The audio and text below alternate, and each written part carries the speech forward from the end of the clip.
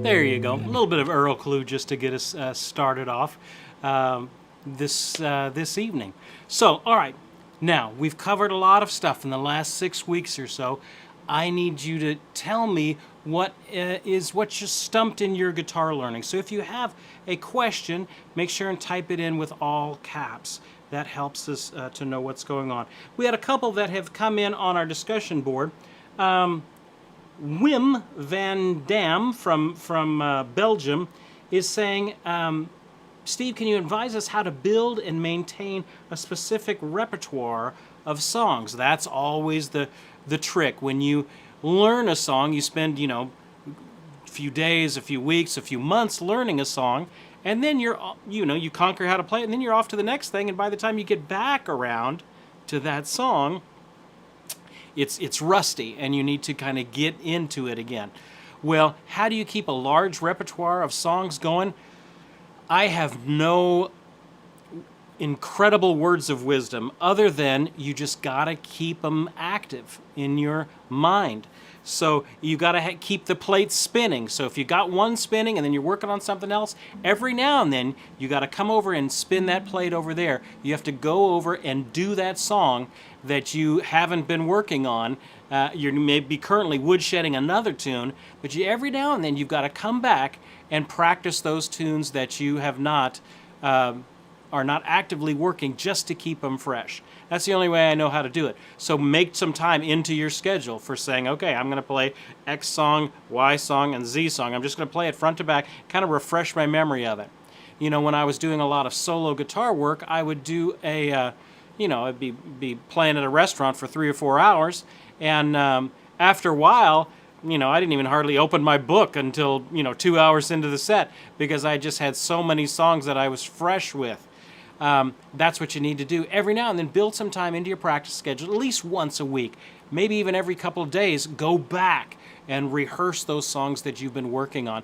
And that way you can start to see, that your repertoire of songs go from 5 to 10 to 15 or 20 by just keeping some things active. It helps for me also to have something written down of the song. Whether if you have the music to it, great. If not, just kind of write out a little chart and just write out the thoughts that come to your mind. It's in A. It starts with tenths. It goes through an intro and the bridge, whatever. Whatever works for you, but just that little roadmap that you've physically written down helps me to remember that song. And then I'll keep it in a little, black binder like this. And then I'll periodically, once a week or so, go through those tunes to keep these things up and running with that. And eventually you'll know that it is not... you won't have to touch on them quite so much, because they'll just kind of start to become of your larger long-term repertoire, and then you don't have to dust those off quite as much. So let's see. Cooper Pilot is saying, in the It Is Well video, I showcased a money chord. What would be another example? Well, it's hard to say what you're exactly referring to. In that video,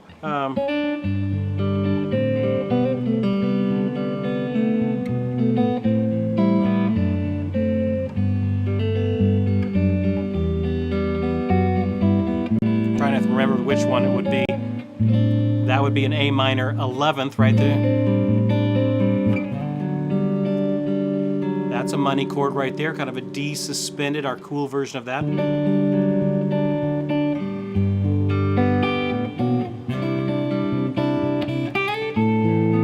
A2. G with the B in the bass, there would be that money chord.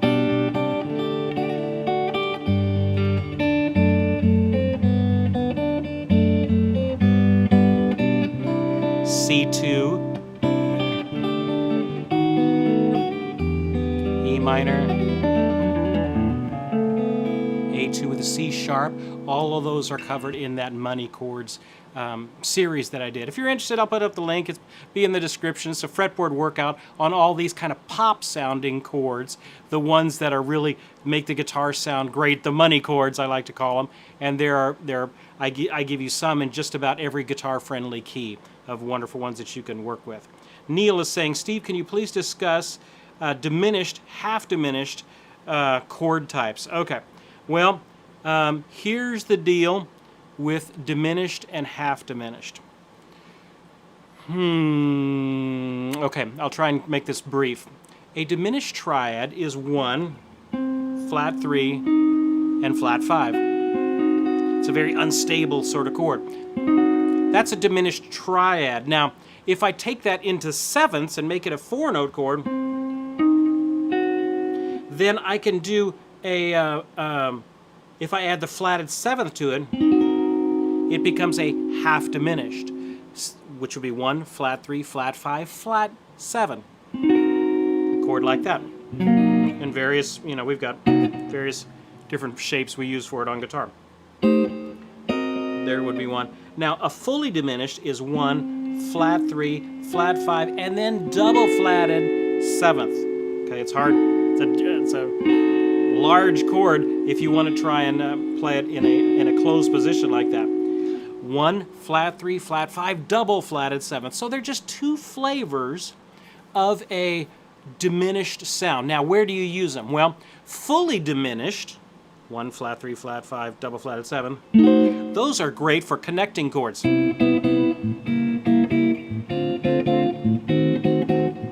They're just, it's like conjunctions. You can put them in between chords to help you get there. Here's a C major 7th. I want to go to a D minor 7th, so I slip in a C sharp fully diminished in between. So that's what fully diminished chords are good for. They're good for kind of being these connector chords between the chords you're on and the target chord that you're going for. If I'm going from a C maybe to an F major 7th, maybe I can slip in that half diminished right before that F, and that works. Or excuse me, the fully diminished. Now half diminished, those have a little bit more of a specific purpose. Those don't work as well as connecting chords. Do you hear it just doesn't have the same pull as the... It doesn't have the same pull as the fully diminished, so they don't work as well as connecting chords, but they work great if I'm in a minor key. Let's say I'm in A minor, and I want to do a 2 in that minor key going to the 5, a B, there would be the perfect place to play a minor 7 flat 5. B minor 7 flat 5 as the 2 of a minor chord. And then I go to the 5, maybe a 5 7 with a flat 9 to the A minor. So the 2, the half diminished, works great as the 2 going to a minor chord. The fully diminished works great as a kind of a conjunction, as a passing chord between chords. So those are the two ones that are like that. Let's see. Mike H is saying, and they enjoyed It Is Well With My Soul. How about some more songs like that? I'll try and do that. I'm actually working on a book of some of my arrangements for some of the hymns and worship songs and stuff like that. My fingerstyle arrangements. Hopefully that'll be done here pretty soon. All right, Mark is asking, knowing all the notes on the fretboard seems to be mandatory. How did you tackle this? I'm still working on that video to try and get that down of knowing all the fretboard notes. Hopefully this weekend I'll have some time to be able to knock that out. All right. Let me tackle the first part of that. Knowing all the notes of the fretboard seems to be mandatory. Okay? Yes. Yes, it does. If you're serious about knowing your instrument, then yes, you gotta know the notes on your instrument. If you were a graphic designer and I said, hey, you're going to be working in, whatever a graphic design program is, do you kind of need to half know it, or do you need to really know it? Well, you'll get a lot farther if you really know it. Same thing with guitar playing and learning all the notes in the neck. Can you play without knowing some of these notes up here? Yeah, there's guys that do it all the time. Can you play better if you actually know what you're doing? Yes. Tom Bukovac, a great studio player here in Nashville, I was watching a video that series that he's been doing, which is great, by the way, called the Bukovac Corona Sessions, and just absolutely great advice. And he says, there's no substitute for knowing your neck. You got to know it. You got to know it. If you're serious about it, you got to know what this note is. You can't be wondering if that's a C. You got to know that that's a C so that you can make stuff around it. So the short answer is, well, yeah, you need to know the notes on the neck. It's going to be a great advantage to you. So that would be the short answer to that. Now, how did I go about it? Well, in the video that I'm making, I take you through some different exercises. I personally didn't have some of the great exercises I'm going to be showing. What I did was, when I was learning 3-note on the string scales, which is nothing magical, it is 3 notes on a string, scales. Scales, 3 notes on a string. Okay? And I learned it through that. I just did all of those in different keys. Here's it is in the key of F. And then I would do it, and then I would go down in the same, in the next form. But Steve, that sounds like a lot of work. Yeah, it's a lot of work. A lot of work. Now, there's some tricks. Okay, I might as well we're all here. I might as well just tell you what some tricks to learning that. Everybody kind of knows the notes on the 6th and the 5th string. So one way that you can do it is you can do octaves. So if here's an A, if I go down 2 strings and over 2 frets, there's the octave A. So as long as I know the notes on the 6th string, I know I can always go down 2 strings over 2 frets, and there's a C as well. There's the octave. That works on the 6th and the 5th string. Now, if I go down to the 4th and the 3rd string, then I have to go down 2 strings. Let's go over here to this G. Go down 2 strings and over 3 frets instead of 2 frets, 3 frets.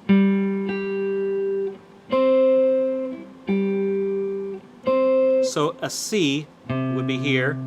That's on the 5th string, so I go down 2 strings over 2. There's the next C. Since this one's on the 3rd, I go down 2 strings over 3 frets. And that's one way to determine where a note is. So you can pretty much find your way forwards and backwards for that. Like here's an F.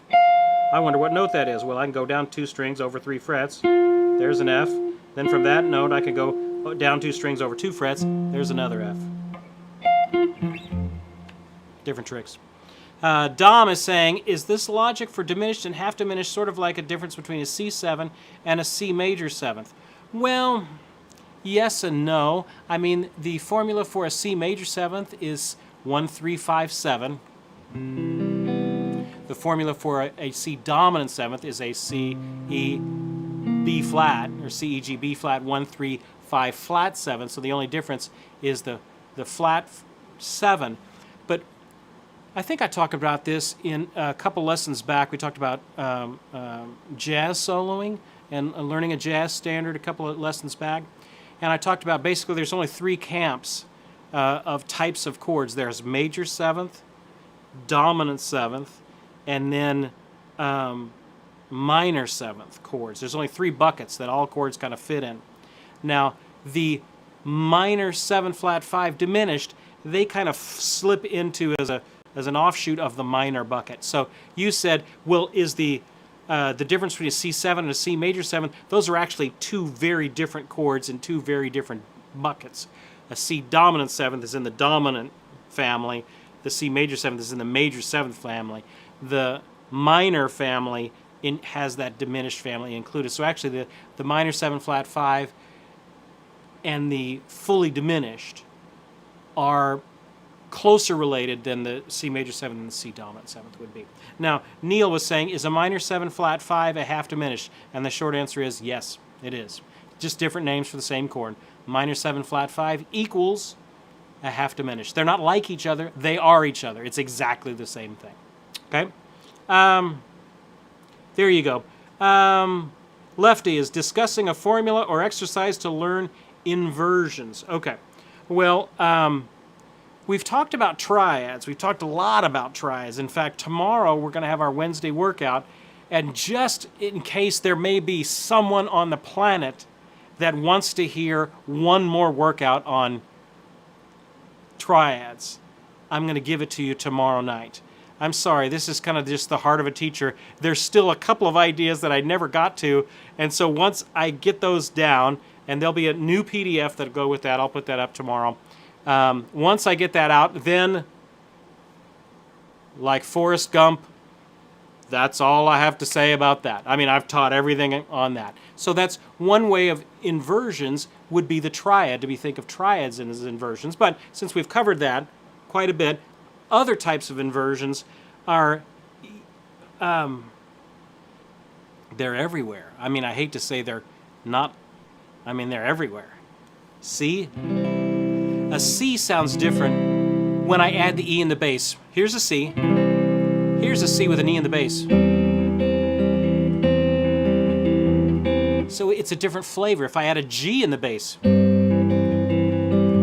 still very stable, but it's not home. Here's home, root inversion. The first, or the root chord, the first inversion with the E in the bass, the third in the bass, is a very sweet sort of a sound, a very leading sound. I want to go, you know, maybe to a 4 or something with it. So having the 3 in the bass really wants to pull somewhere. It's a sweet sound, but it also wants to go somewhere. Now, the C with a G in the bass, a chord with its 5th in the bass, the second inversion, that is a very stable chord, works really well as I'm coming around to a 5 chord. Is that sort of, because it's already got the 5 in the bass. So it's just a different version, and you use them everywhere. There's a C, there's a C, there's a C, there's a C, there's a C. Do you hear how they all have a little bit different twist to them? So if I have the third in the bass, that works real well to resolve, as opposed to the root position. But maybe I could go from the root to the third in the bass. Okay, that helps. Okay, so different ones of them have different flavors within. It's either vanilla or French vanilla or something like. There are different flavors within a specific color. So great question. We'll have to do maybe we'll need to do a whole thing on that. Avenue C is saying, what's the best way to develop speed on tremolo picking? Well, in fact, Tom Bukovac has a video on that series that's called, I think, Speed. And he talks about it like this. Eddie Van Halen talks about it as this too. So when I'm doing...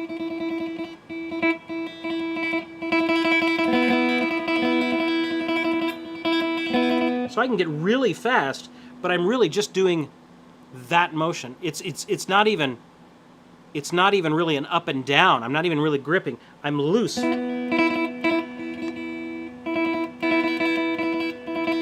So that's sort of a drill working on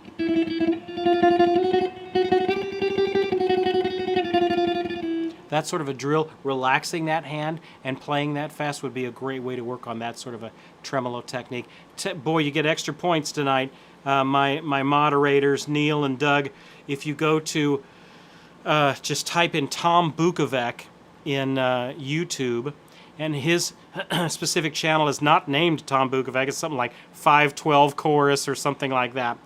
In there, one of his most recent videos in the last month or two is one on speed, and you get an extra star by your moderator name if you can pull up that link and throw that in the chat. I'll try and also put that link to that video in the description after we post this video. Buzz Roberts is saying, I'm memorizing drop 2 and drop 3 voicings, but don't know really how to apply them. Any tips? Well, again, another whole series that we should get into of drop 2 voicings, you know. These different voices. It's kind of like the triad voicings that we talked about, just adding another note to it, making it a 4-note chord. How to apply them? They work great in any sort of jazz setting.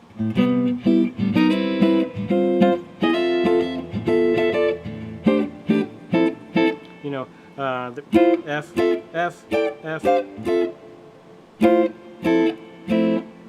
All kinds of different inversions, and then you can do them on the middle strings too. People don't talk about them, that you could do that on these other strings too. We'll have to do a whole series on those, the drop 2 and drop 3. Those are great for jazz work.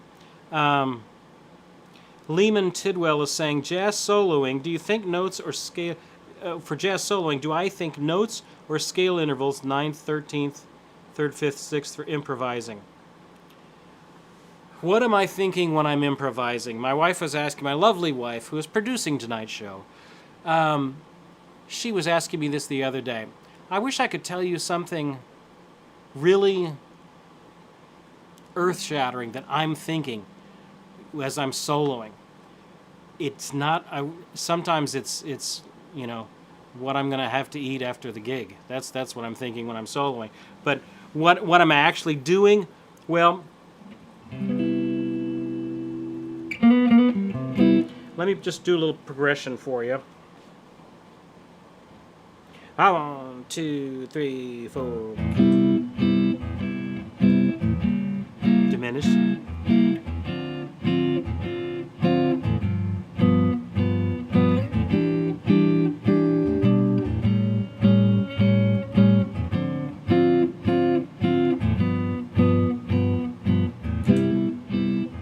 Okay, so this is the 1 chord. the diminished, C sharp diminished, D minor, this is the 2 minor, to the 5. Then I do a 3, to an A7, A augmented maybe, D minor, which is the 5 of the 2, then the 5. Okay, there you go. So what am I thinking? Major 7th.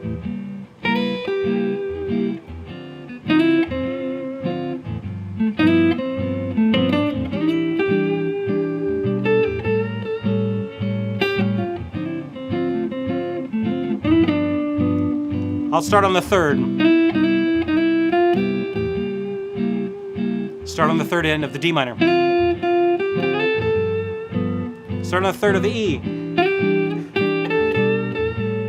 Right there, I wish I could stop it or slow it down. On that A7th, I know that a dominant going to a minor chord sounds great as an A7 flat 9, adding the flat 9 when I'm going to a minor chord. So that's what I did there. This is the minor chord. This is the dominant. See how that flat 9 works so nicely there. So I'm just thinking intervals, thinking color tones a lot of the time. I'm thinking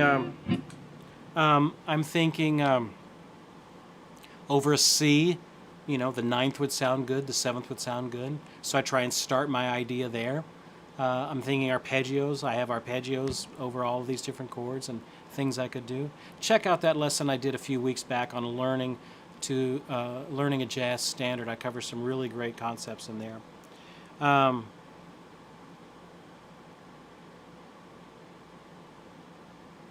Okay, this one is interesting to me. A cab pedal. Steve, could you elaborate on what is the purpose of a cab pedal? When do I really need one? A cab pedal? A cabinet pedal? Is that what you're talking about? Like one that's emulating an amp? Is that what you're talking about there, I wonder? If so, I'll talk about those cabinet emulator pedals. Those are great. I've used, especially the Rev ones, R-E-V-V. They are meant to kind of imitate the reaction of an amp. And they used to be really kind of modeling pedals, and they used to not be really good. Now they're getting really, really good. So they have ones that are, you know, sound more like a Fender, and ones that sound more like a Marshall or something like that. And so they're a good way. If I don't have a Marshall or don't have a Fender, I've plugged into these little cabinet pedals, if that's what you're talking about. Carland, correct me if I'm wrong. If that's what you're talking about, then those are great. I can plug my rig, I go right from my rig into that pedal, and then that pedal into the sound system, and then I will sound like I'm going through a Marshall amp or a tube-driven amp. They're great. So if that's what you're talking about, then that's what that is. So hopefully I've been doing it. Sharon Tiano is saying, what's the most used guitar accessory that you have? My pick, I guess. That would be the most used one. As far as like my gear, I don't know. I have my whole, I'll try and put a picture of my pedal board up on our Instagram page so you could see my board. There are certain pedals of that I really use all the time. My volume pedal I use all the time, and that's very helpful. Wow, I use them all. They're all various different colors that I use. As far as what's the most important thing for someone to have if they were just starting out with electric stuff, I would suggest a volume pedal hooked into a tuner, obviously, and then I would get a distortion pedal, some sort of a distortion pedal, some sort of a delay pedal, and that's really if I had to break it down to just what I could get by with doing a gig with. If I have a delay, generally the amp would have a reverb, so I could throw a little reverb through the amp, and I would start that way. So, check out some distortion pedals and some delay pedals. Buzz is saying, what kind of pick do I use? I use a Jim Dunlop Nylon. This is an 88. Now they have, typically I use 76s as well. So I like the nylon ones as opposed to the plastic ones, which are, let me see if I have a plastic one. Well, here's a Tortex Turtle. Those are good too. I like the nylon ones because they just won't tear. Some of the cheaper plastic ones, you know, the kind of ones with your logo on it and stuff like that, those will have a tendency to tear with a lot of use, especially the thinner ones. So I like the nylons. Nylons will just kind of wear down. You'll lose it before you'll have to replace it. So, how important, Thomas Moore is asking, how important is an isolated power supply versus a one spot? I use the one spot put out by Visual Sound, or actually True Tone. They changed their name, True Tone, and the one spot does everything I need it to do. I look at a lot of the boards of the studio guys in Nashville. A lot of them are just using one spots. Now, a lot of them are using isolated power as well. So it you know, that one is a little bit of whatever's convenient for you. If you have space on your board, an isolated power one is great. If you're, you know, if the real estate on your board is at a premium, then I like to use the one spot because it just doesn't take up any space. Sharon, what about for acoustic? What pedals do you think are important? Well, it is very much up to your own specific tastes. I've got my acoustic board down here. Let me just show it to you.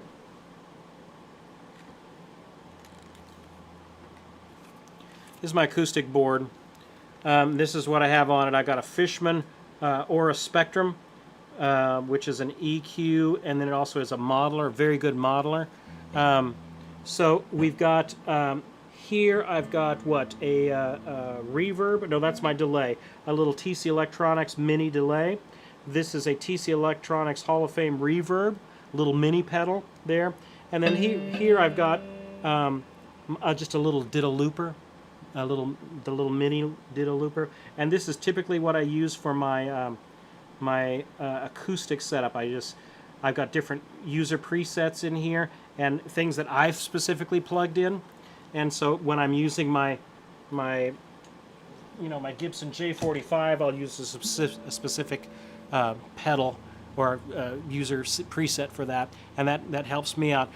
So what's important with acoustic world is some sort of EQ processing. That's really helpful. My producer, can I ask you a question? Can you hand me that box right there? For my nylon string guitar, this guy, okay, I use a different sort of preamp. That preamp is, thank you, is this little guy.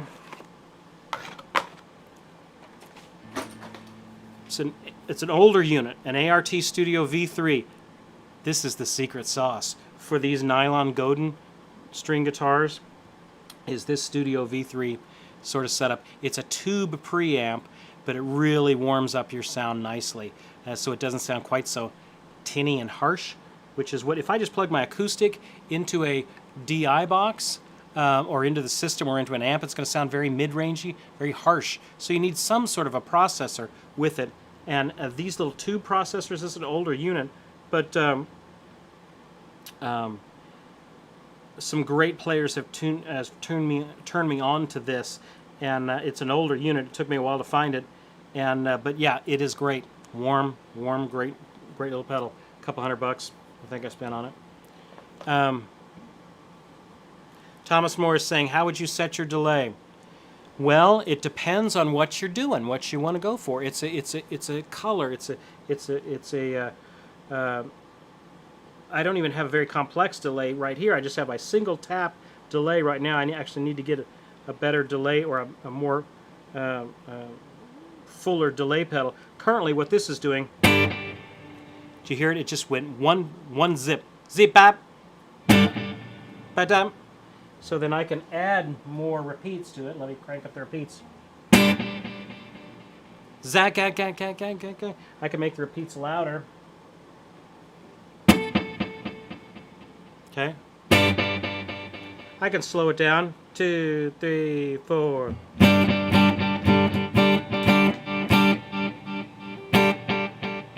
can set it to a dotted quarter eighth.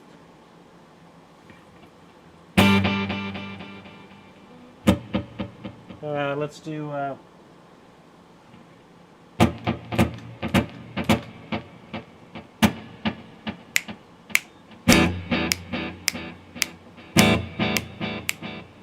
da da da da da da da da da da. Now if I crank up the repeats and if I put that effect on nice and hot, throw a little delay on or throw a little distortion on it.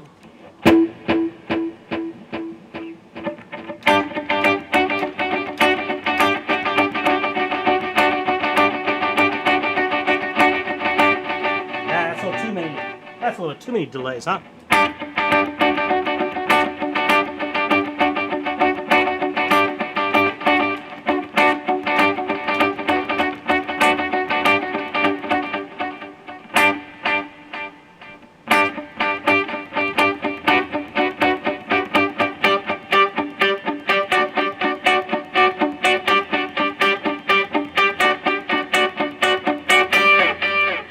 So you can play all kinds of wonderful little delay tricks with all of that.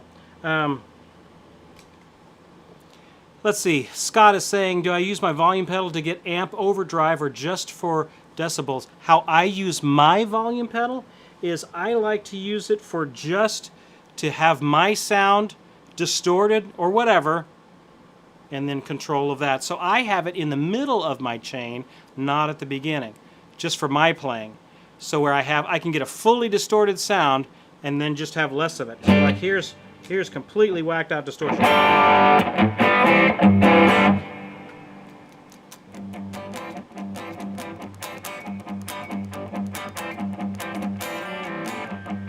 So I could still have my sound, but it's just very quiet. So that's what I use mine for. So I actually have it in the middle of my signal chain after my distortions before my delays and reverbs. Whew!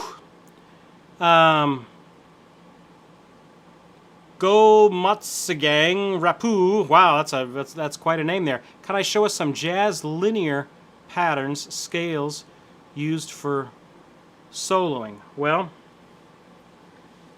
let's see. I don't do as much patterns as I do arpeggio. So like over a D minor.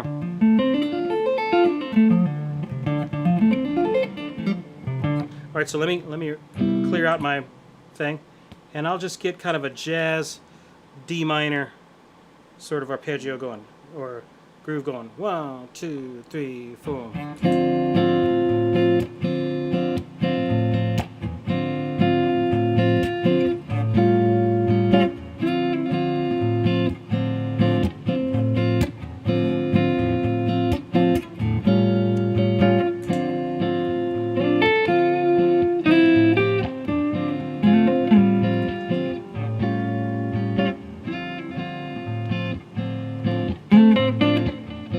Okay, so now I've got a D minor groove going on. I like to use arpeggios that I can even combine with hammer-ons and pull-offs.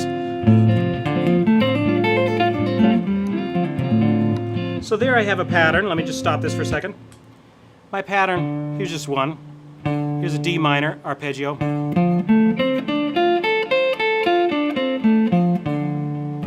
If I wanted to keep going down.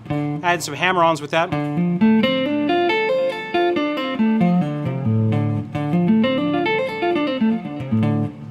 So I can do, that's my pattern, okay? So now I throw in the song.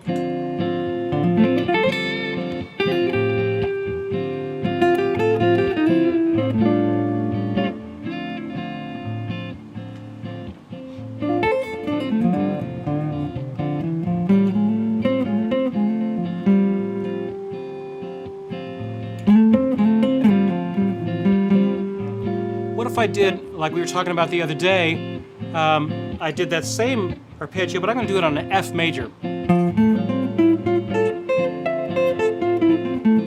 If I add my hammer-ons and pull-offs to it.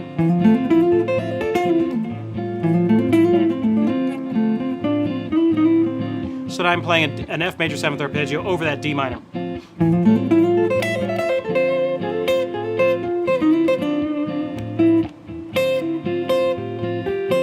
maybe I could use that little triad lick that we're doing.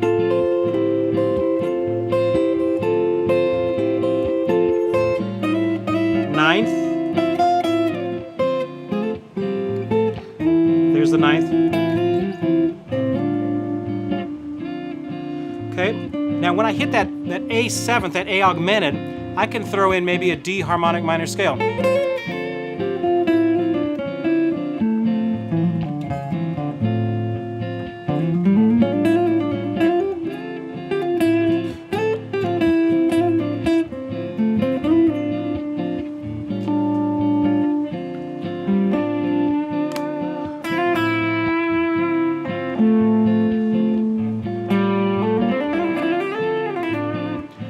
Three note on a string scale in the key of F, just starting on the G.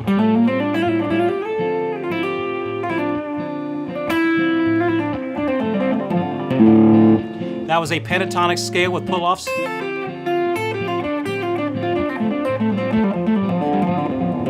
That's a pentatonic scale there. So I put in little bits and pieces of that.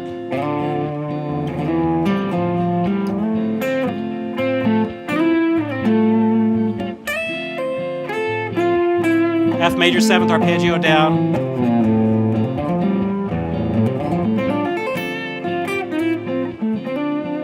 Hey, what if I did an A minor arpeggio over this D minor chord?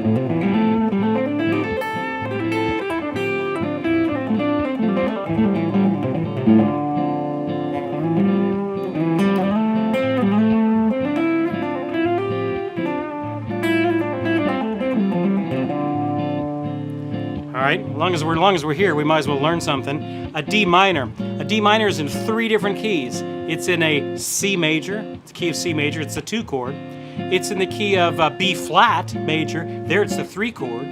It's also in the key of F, and then it's the 6 minor. So D minor can be in 3 different kind of settings. So if I think of it in the key of C, D minor would be the 2 chord, and so I would then be thinking in the Dorian scale, which is a C major scale, and I'm going to start on a D. So if I just played a C major scale,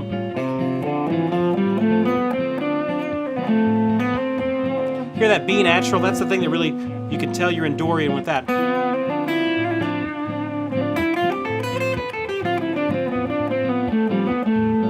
3 note on string scales.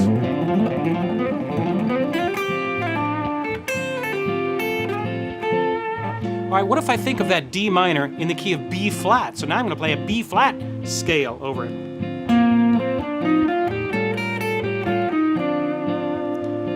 Different, very different sort of tonality.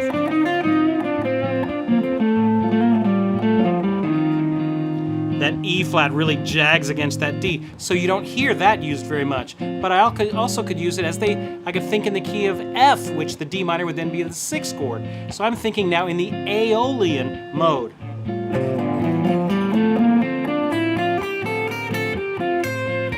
Here's an F scale. That sounds very natural. The 1 major and the 6 minor. Okay. So this is about, Buzz is asking about modes. Yes, this is modes. We're getting into modes. So I can think of it as an Aeolian mode. So I'm just going to think in the key of F. Maybe I could do my 3 note on a string scales. And just wobble around on those.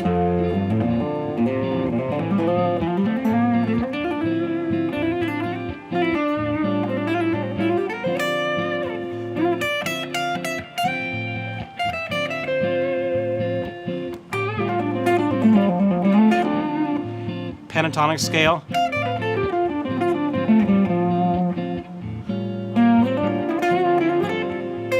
So there's all these little tricks that you can play. How do we get off on all that? All right. Whew. Okay. Wow, I'm seeing all kinds of questions. Lee is saying, can you use your delay to develop contrapuntal harmonies or canons? Yes, but you have to be very careful how you do that. And this little simple delay probably would not do very well with that. So I'll have to get with a better delay. I could do a little bit more work with that. Can I explain, Scott is asking, can I explain the difference between delay and echo? Well, delay is long, echo is short. So here's, let me crank it up. That's a delay. Okay, an echo would be something a whole lot quicker.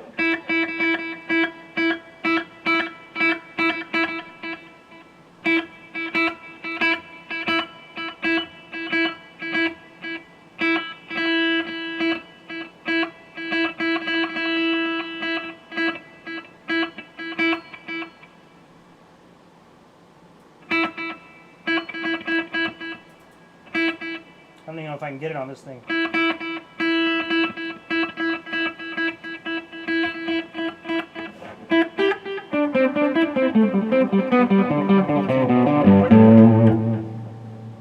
Okay, I'm trying to get an echo out of a delay pedal. That's why it's not working.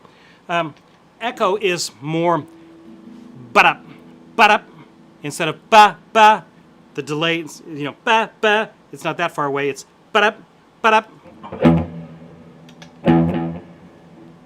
I don't know if I can get it.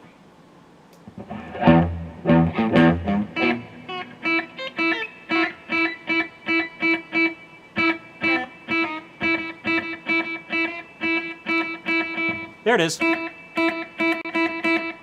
Now the echo is really close to my thing. Ba-da, ba-da, you hear it?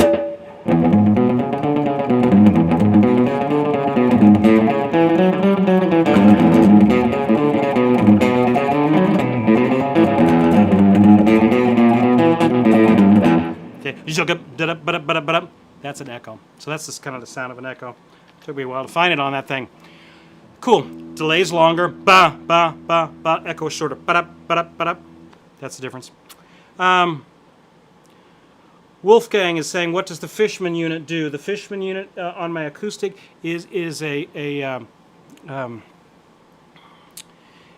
models the sound of really good guitars through really good mics in the studio, so I can kind of blend in this synthesized sound, and it makes my guitar, which would normally sound pretty nasally, just coming direct in through the system, it warms it up by adding this extra ambiance of what a J45 through a Neumann mic or a C414 or something like that would be. So it's adding this extra flavor to it. All right, enough of me yabbering on here.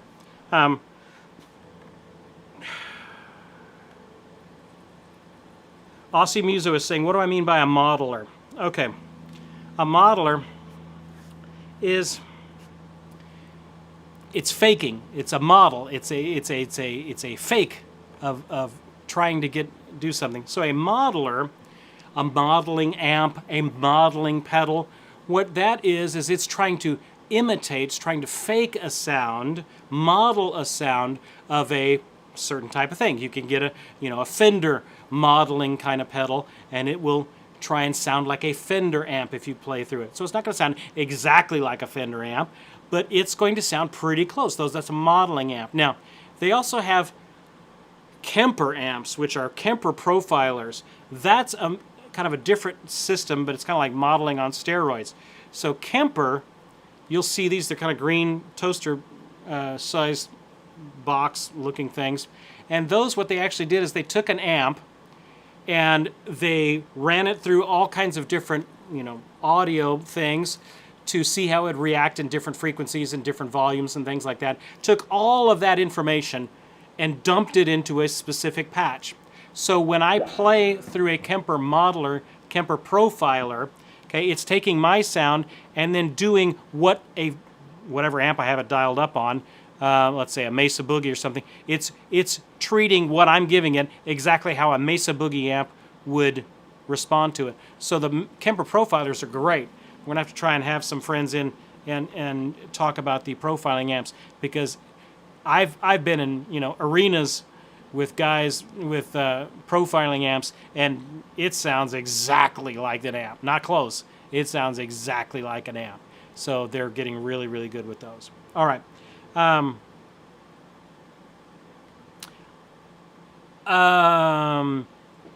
Carland is saying, Steve, what do you think about the Boss PW3 wah pedal? I don't have that right in front of me, so I don't know. And there's a ton of Boss pedals, so I'm not quite sure exactly what unit you're talking about. If I had it here in front of me, I could talk it through you a little bit more.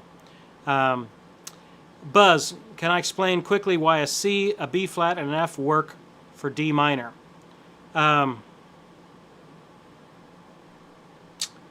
Well,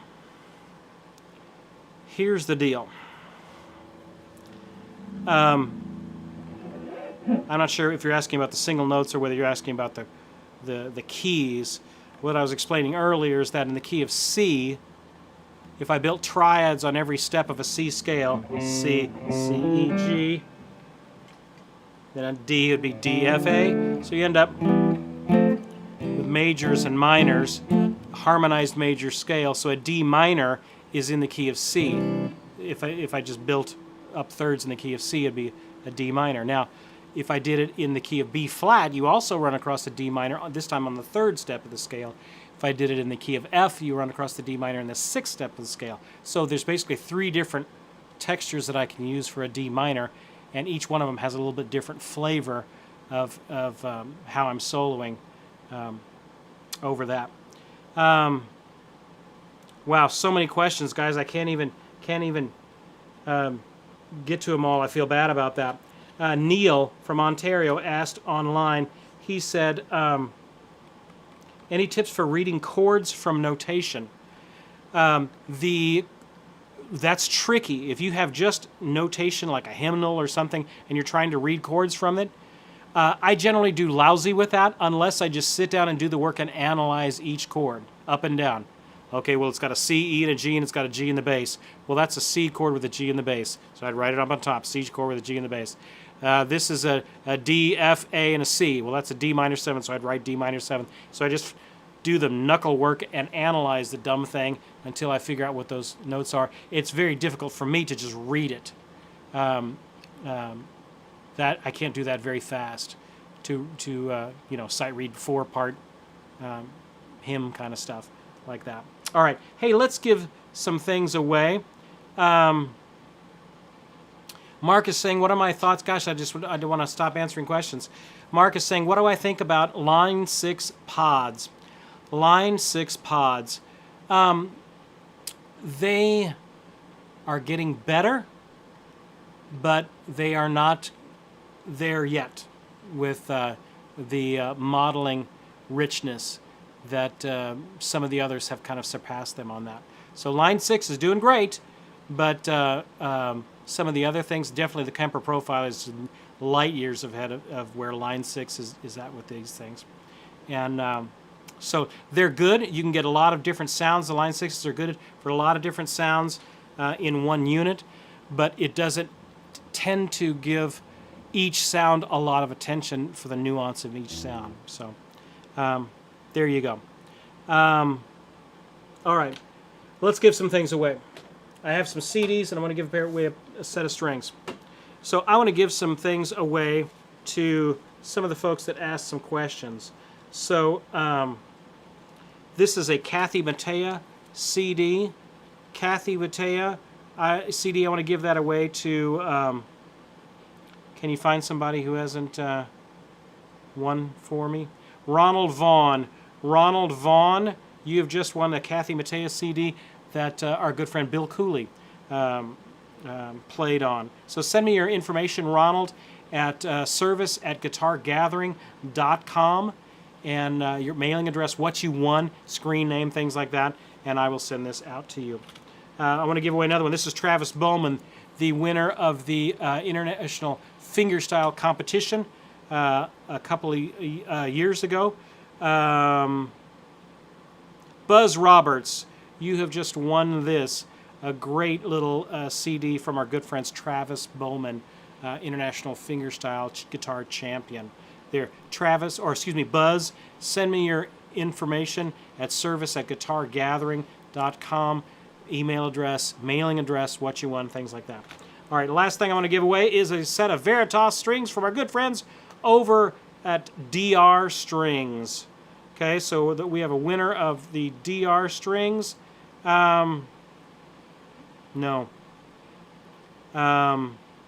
Let's do Gene C. Gene C. You have just won this set of Veritas strings. Send me your information at Guitar Gathering, service at guitargathering.com, what you've won. So our winners were Ronald Vaughn, Buzz Roberts, and Gene C. So congratulations on winning these things there. That's a lot of fun. Now, some of you had asked if I would play the nylon string guitar, which I'm not, unfortunately, set up to play that. I will run it through my regular stuff and see how it sounds, but I can pretty much guarantee you it's not going to sound good. But hey, I'm up for fun, so let's try it. This is a Godin guitar. Usually I run this through my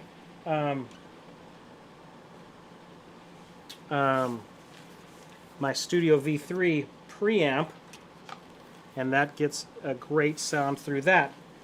So we'll see if this is even ready to go. I don't even know if this is tuned up or anything. So give me just a second while we're tuning this up. This may not work. You may see the exact reason why you need a preamp on guitars like this. Once I get it tuned up. While I'm tuning this up, I wanted to remind you, tomorrow night we're going to do our last workout on triads. We've been doing triads, trying to get triads, that whole huge concept, into you guys for probably 2 months now. This is our last workout, and we'll do it tomorrow night at 7 o'clock. I will have a PDF for you. I'll finish that up tonight and put it up on the discussion board. Some of you were asking last week about the drum tracks that I was using last week. I put those on our discussion board at guitargathering.com. You can go to the download section there, and the first thing, the top thing there, is these drum tracks that I was using, just drum loops that I was using last week. So if you were interested in that, there they are. Download them and all. Okay, so let's see what this sounds like.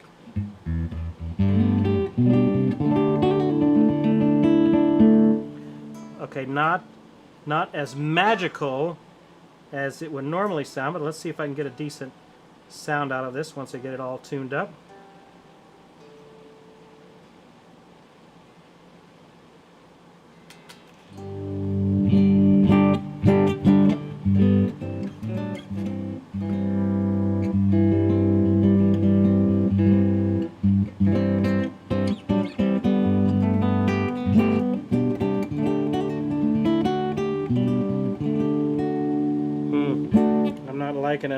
Not liking it. Yep, I think the battery might be low on this. So, hey, next time I'll use this one. I don't use that guitar very much, so the battery sometimes gets low on it. Let me go back to my electric, and I'll play something to get us out of here.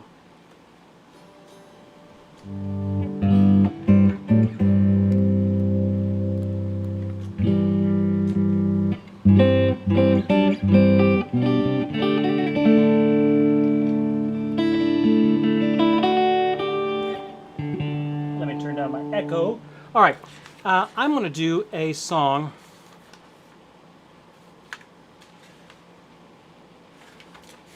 I was doing lessons with a student, and they had refreshed my memory on this song "Tenderly," and I hadn't played it in forever, and so I thought I would play this to see if I can kind of work my way through an arrangement of this. This is a song called "Tenderly."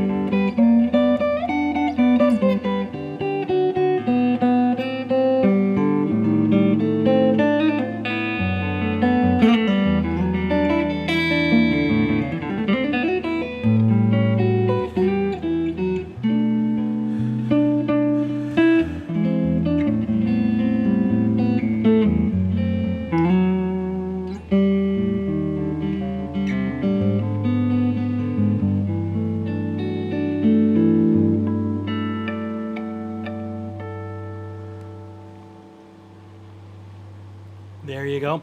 A little bit of Tenderly to get us finished off with. Hey, keep up the great work in your learning. We will see you guys next time, maybe even tomorrow night if you could make it for our workout. We'll see you guys next time.